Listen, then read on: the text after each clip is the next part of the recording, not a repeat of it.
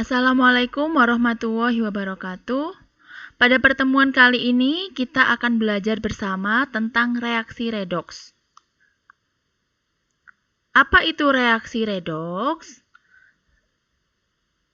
Reaksi redoks adalah gabungan dari reaksi reduksi dan reaksi oksidasi. Bagaimana suatu reaksi dikatakan reaksi redoks? Yang pertama, dia akan mengalami pengikatan dan pelepasan oksigen. Kemudian, ciri yang kedua adalah adanya serah terima elektron. Kemudian yang ketiga, adanya perubahan bilangan oksidasi. Nah, bilangan oksidasi di sini juga mempengaruhi tata nama dari suatu senyawa. Nah, ini ya, reaksi redoks ini merupakan gabungan dari dua reaksi, yaitu reaksi oksidasi dan reaksi reduksi. Yang pertama, dari ciri khas yang tadi saya sampaikan, yaitu satu, adanya pengikatan dan pelepasan oksigen. Bagaimana dikatakan oksidasi? Nah, yang pertama, terjadi oksidasi jika dia akan mengikat oksigen, ya. Bisa dilihat di situ bagian oksidasi. Di situ Fe plus O2 menghasilkan Fe2O3, di mana Fe dia akan mengikat oksigen O2 untuk membentuk besi oksida namanya. Fe2O3 adalah besi oksida. Ya, ciri yang pertama, oksidasi, dia akan mengikat oksigen. Oke, lanjut. Apabila reduksi, dia akan melepaskan oksigen. Ya, tadi kalau yang oksidasi, oksigennya ada di sebelah kiri dari tanda panah atau di reaktannya. Kalau direduksi, dia ada pada hasil. Hasilnya ada pada sebelah kanan tanda panah. Bisa dilihat O2 di situ ya. 2HgO akan terurai menjadi Hg plus O2. Nah, karena dia melepaskan oksigen, maka dia dikatakan sebagai reaksi reduksi. Ya. Oke, kesimpulan yang pertama adalah oksidasi mengikat oksigen, sedangkan reduksi adalah melepas oksigen. Diingat-ingat ya. Kita dapatkan satu. Kemudian yang kedua, oke, di sini ada contohnya tadi ya. Kalau bagaimana dia mengikat atau melepaskan oksigen. Di sini contoh kasusnya adalah reaksi reduksi. Reaksi reduksi di sini adalah terurainya merkuri oksida. Bisa dilihat di situ, merkuri oksida apabila terurai atau mengalami reduksi, dia akan terpisah Hg dan O2-nya. Yang awalnya larutannya kuning, apabila terurai, ya, terurai dengan pemanasan itu ya, itu ada Hg-nya, ada warnanya ungu sendiri, kemudian oksigen warnanya bening. Seperti itu. Ini terjadi ketika ditambahkan pemanasan. Tanda panah, yang di atasnya tanda panah ada segitiga, itu adalah tanda dari adanya perbedaan suhu. Terjadi perbedaan suhu. Oke, untuk yang kedua, syarat yang kedua, bagaimana reaksi reduksi dan oksidasi itu? Ya, kalau oksidasi, dia akan melepaskan elektron. Sisi yang kiri, yang merah itu melepaskan elektron. Coba kita lihat dari Cu menuju Cu2+. Nah, sisi kanan dan sisi kiri itu harus sama jumlah elektronnya. Ya, kalau jumlahnya sudah sama, dia akan harus ditambahkan elektron kan biar sama di sini ya. Nah, ketika Cu single ya, satu unsur saja, dia muatannya adalah 0. Ketika menjadi ionnya, tanda panah, setelah tanda panah, dia akan menjadi Cu2+. Nah, kalau sebelah kiri Cu yang single itu 0, ya. Sebelah kanan Cu-nya sudah positif 2 plus, berarti sudah nggak seimbang lagi. Karena satunya 0, satunya 2 plus. Bagaimana biar seimbang? Nah, harus ditambahkan dengan elektron. Elektron adalah muatannya negatif. Gitu ya. Sekarang Cu-nya ada 2, berarti 2Cu 2 plus. Jadi total muatannya adalah 2 dikali 2 plus. Jadi 4 plus. Ya, berarti harus ditambahkan negatif berapa di situ? Berarti harus ditambahkan negatif 4. Makanya dikasih 4 elektron. Ya, 4 plus ditambah negatif 4 kan hasilnya 0. Berarti total dari muatan di sebelah kiri yang 0 sama muatan yang di sebelah kanan dari tanda panah 0, maka sudah seimbang. Itu cara mencarinya. Oke, lanjut. Untuk yang reduksi adalah mengikat elektron. Ya. Mengikat elektron, maka dia akan elektronnya ada di sebelah kiri. Di sebelah kiri dari tanda panah.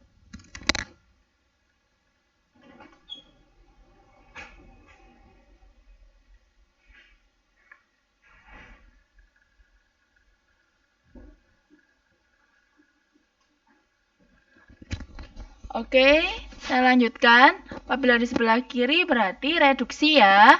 Bisa dilihat di situ Cl2 ditambah 2 elektron menjadi 2Cl-. 2Cl- ya. Berarti yang sebelah kiri 0, kalau Cl2 saja itu tidak ada muatannya. Ya. Pokoknya yang nggak ada muatannya atau muatannya sama dengan 0 itu adalah satu unsur yang tidak ada muatannya. Ya, single unsur seperti Cu tadi. Atau unsur yang berpasangan dengan unsurnya sendiri.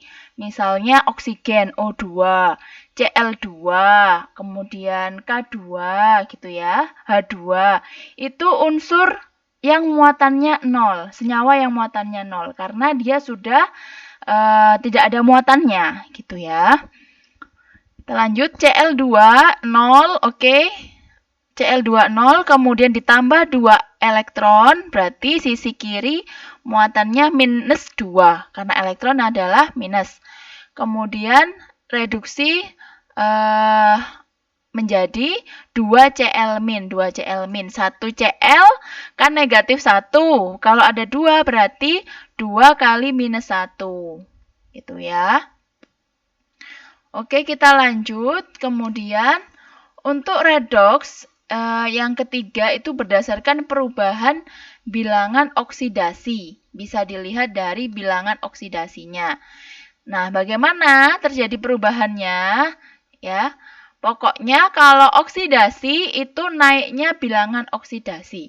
Bilangan oksidasinya naik dari sebelah kiri tanda panah menjadi naik pada sebelah kanan tanda panah. Atau reaktan menjadi produk itu mengalami kenaikan bilangan oksidasi. Kalau reduksi dari reaktan menuju produk, dia akan mengalami penurunan bilangan oksidasi. Itu yang dikatakan reduksi. Kemudian setelah 3, tadi didapatkan 3 ya, didapatkan 3. Nah, ini aturan bilangan oksidasi. Tadi dari 3 tadi sudah kita dapatkan 1 adanya ikatan atau pelepasan oksigen, cirinya redoks itu ya. Yang kedua, adanya pelepasan dan pengikatan elektron. Yang ketiga, ya ini, bilangan oksidasinya berubah. Kemudian, nah ini aturan-aturan menentukan bilangan oksidasi yang tadi saya sampaikan ya. 1. Bilangan oksidasi unsur bebas adalah 0. Nah, ini termasuk unsur bebas. Jadi, bilangannya contoh unsurnya ini seperti Na sendiri. Nah, ini ya, atau yang berpasangan H2, O2, Cl2, P4, S8, C sendiri, Cu sendiri, Fe sendiri, dan Na sendiri misalnya. Ini muatannya kalau berdiri sendiri adalah sama dengan 0. Ya. Kemudian yang kedua adalah bilangan oksidasi monoatom sama dengan muatan ionnya. Ya. Ini kalau berdiri sendiri dalam bentuk ionnya. Seperti tadi Cl ya. Cl muatannya berapa? Minus 1, berarti dia Cl min ya, muatannya sama dengan minus 1. Kalau di sini contohnya ada Na plus. Nah, kalau plusnya 1 gini berarti kan bilangan oksidasinya atau muatannya sama dengan plus 1. Kalau Mg2 plus muatannya sama dengan plus 2. Nah, kalau yang negatif ini misalnya S2 min. S2 min, apalagi yang min 2 ya. Oksigen O2 min gitu ya. Berarti bilangan oksidasinya adalah minus 2. Jadi sesuai dengan muatannya kalau sendirian dia. Oke. Sekarang yang ketiga, jumlah bilangan oksidasi atom-atom pembentuk ion poliatom sama dengan muatan ion poliatom tersebut. Nah, ini kalau ada 2 unsur atau lebih ya. Misalnya di sini langsung saja contohnya S, jumlah bilangan oksidasi atom S dan atom O dalam SO4 2-. Nah, jadi yang dilihat di sini bukan S-nya sendiri lagi atau O-nya sendiri lagi. Bila dihitung bilangan oksidasi dari SO4 ya. SO4 itu kan sulfat ya. Nah, kalau sudah dalam bentuk SO4 berarti SO4 di sini bila ditotalkan jumlah ionnya sama dengan minus 2. Makanya dia SO4 2- gini ya. Dari mana, Bu? SO4 kok bisa 2-. Kita hitung aja masing-masing. Kalau S-nya di sini ada minus 2, misalnya O-nya minus 4 gitu ya. Minus 2 dikali 4. Ya, bila ditotalkan adalah sama dengan minus 2 gitu. S-nya di sini yang dipakai ini adalah 10 berarti ya. Berarti 10. Ya, sehingga menghasilkan minus 2 SO4-nya. Gitu ya. S itu kalau nggak salah 8 ya.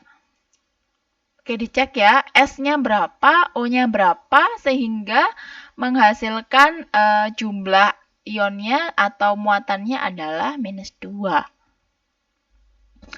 Banyak sekali aturannya. Di sini ada lagi jumlah bilangan oksidasi untuk semua atom adalah dalam senyawa adalah sama dengan 0. Oke, kalau misalnya ditanyakan bilangan oksidasi senyawa ya, bukan unsur, itu ya gabungan dari senyawanya semuanya itu gitu. Nggak bisa kalau di sini Biloxka dalam KCl gitu ya. Ini jadi suatu unsur. Bilox KCl berapa gitu. Ini nanti aja. Langsung aja ke sudah ini aja. Nah, sudah. Langsung dicoba. Ini ada beberapa senyawa. Tak tolong dicari bilangan oksidasi masing-masing unsurnya. Misalnya di sini ada H2O ya. H2O. Silakan dilihat bilangan oksidasi H itu berapa, O itu berapa gitu. Saya kasih contoh yang nomor 4 saja ya, H2O. Bisa dilihat H di situ hidrogen ya, ada pada golongan 1, maka dia bisa dikatakan adalah muatannya plus 1.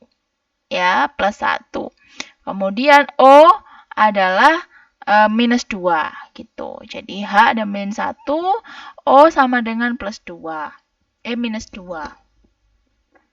Dicari satu-satu tiap unsur bilangan oksidasinya berapa. Itu ya. Cari, coba bisa dilihat, bisa kalian lihat pada tabel periodik. Oke.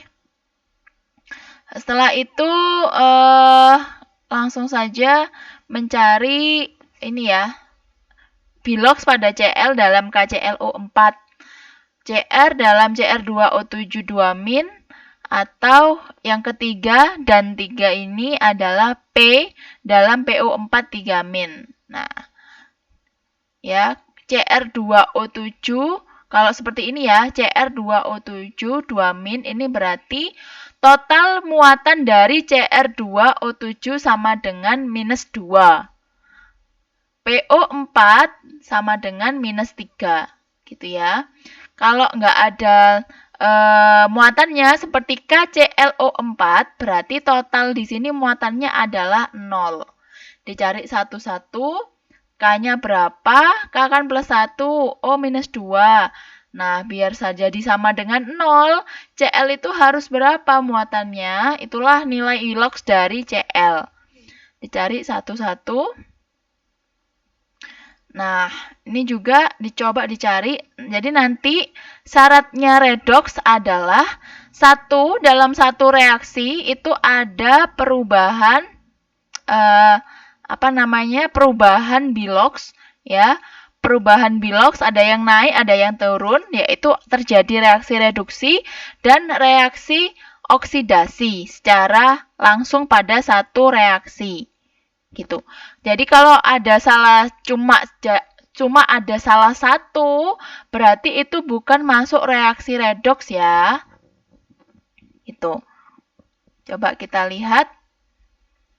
Oke, ini jawaban dari ini ya, pertanyaan ini. Kalau Ag plus Cl2 itu bisa dilihat.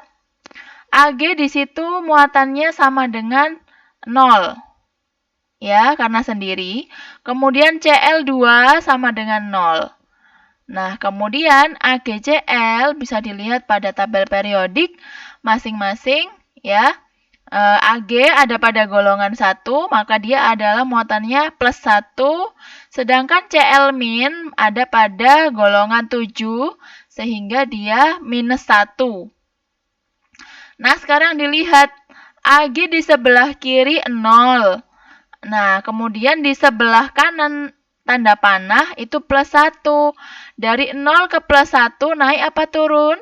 Naik kan? Nah, 0 ke 1 mengalami kenaikan. Tadi naik adalah ciri khas dari oksidasi, reaksi oksidasi. Berarti Ag terjadi oksidasi. Sekarang Cl-nya bisa dilihat Cl2 itu 0 menuju ke Cl yang sebelah kanan adalah -1.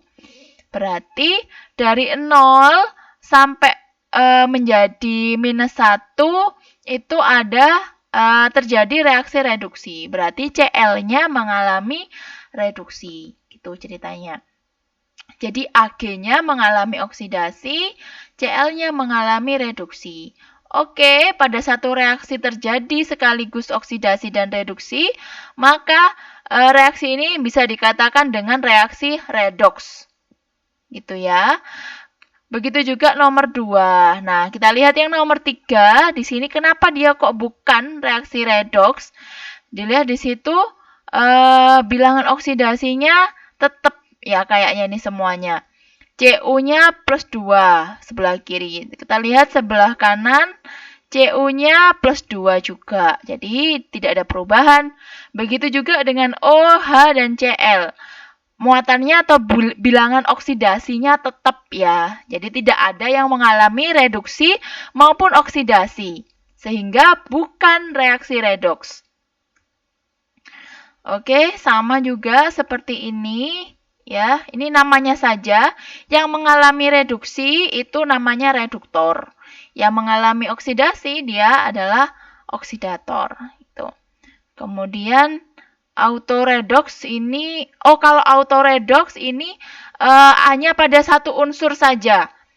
Satu unsur mengalami perubahan bilangan oksidasi sekaligus. Menjadi reduksi dan oksidasi sekaligus. Ini dilihat ya, yang terjadi yang berubah itu hanya unsur Cl saja. Unsur Cl saja mengalami reduksi dan oksidasi juga sekaligus. Maka dinamakan di sini adalah reaksi autoredoks. Oke, langsung saja bisa kalian kerjakan latihan soalnya yang di sini ya. Coba kalian carikan reaksi redoks yang ada di sekitar kita. Ini dari reaksi redoks logam besi sampai daur ulang perak dikerjakan per kelompok. Silakan dibagi satu kelompok, satu kelas dibagi 5 kelompok ya. Pilih sendiri, silahkan dikerjakan sendiri, dibagi kelompok mana yang mengerjakan nomor 1, 2, 3 dan seterusnya. Oke, setelah itu kemudian masing-masing kelompok berdiskusi mengerjakan perubahan biloks yang terjadi pada keempat reaksi ini. Semuanya mengerjakan, dicoba. Ya, Ca2+, Cl- ini ya. Terjadi reaksi bagaimana? Ca-nya, Cl-nya terjadi reaksi oksidasi apa reduksi? Nah, ini terjadi reaksi redoks atau bukan gitu ya. Silakan dicari bilangan oksidasinya dan ditentukan apakah ini termasuk reaksi redoks atau bukan. Oke, terima kasih. Wassalamualaikum warahmatullahi wabarakatuh.